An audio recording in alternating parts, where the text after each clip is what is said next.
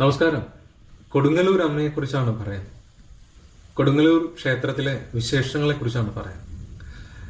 കൊടുങ്ങല്ലൂർ ഭഗവതി ക്ഷേത്രത്തില് നമ്മൾ ഭക്തര് ദർശിക്കുന്നത് യഥാർത്ഥത്തിലുള്ള പ്രതിഷ്ഠയല്ല എന്ന് പറഞ്ഞുകൊണ്ട് തുടങ്ങുകയാണ്.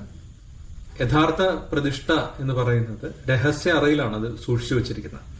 ഇതിന് പിന്നിലെ ഐതിഹ്യത്തെക്കുറിച്ചാണ് പറയുന്നത്.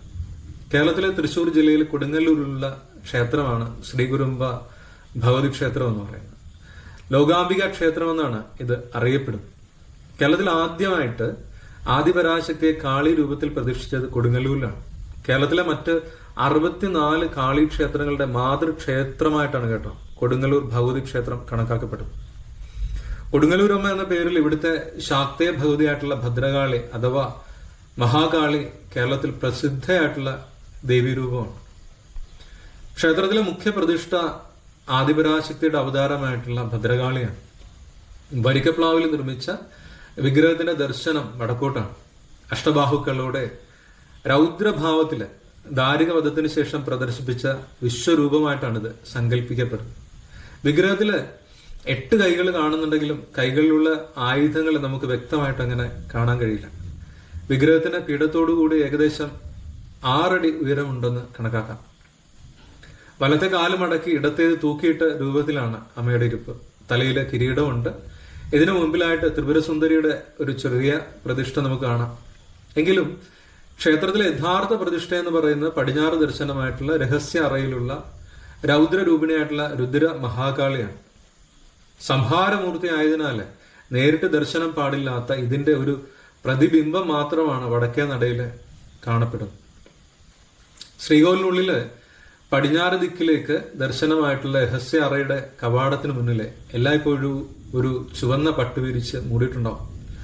പടിഞ്ഞാറ് ദിക്കിലേക്ക് ദർശനമായിട്ട് അഷ്ടബന്ധമിട്ട് ഉറപ്പിച്ചതും സ്വർണ്ണഗോള കൊണ്ട് പൊതിഞ്ഞതുമായിട്ടുള്ള രുദ്രമഹാകാളിയുടെ അർച്ചനാബിംബവും പ്രഭാമണ്ഡലവും ഒക്കെ പ്രതിഷ്ഠിച്ചിട്ടുണ്ട്.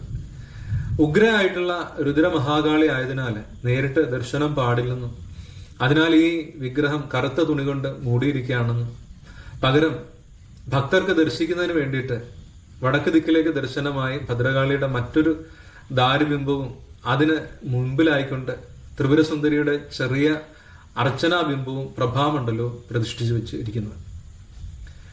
ക്ഷേത്രത്തിന്റെ പരമാധികാരിയായിട്ടുള്ള വലിയ തമ്പുരാനോ അമ്മ തമ്പുരാട്ടിയോ ക്ഷേത്ര ദർശനത്തിന് വരുന്ന സമയത്തോ അല്ലെങ്കിൽ കൊടുങ്ങല്ലൂർ കോവിലത്തെ ഒരു സന്തതിയുടെ 1ാം പിറന്നാളിനോ ഒക്കെയാണ് രുദ്രമഹാകാളിക്ക് മുന്നിലെ പടിഞ്ഞാറൻ നട തുറക്കുന്നത്.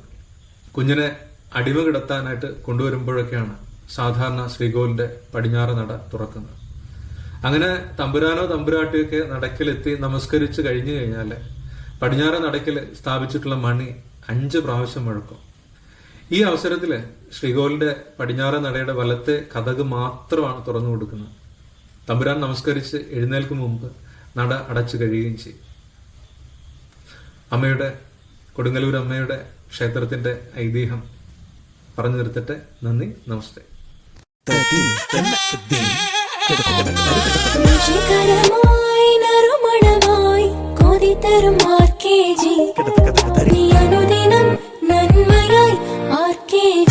RKG നെയ്യ്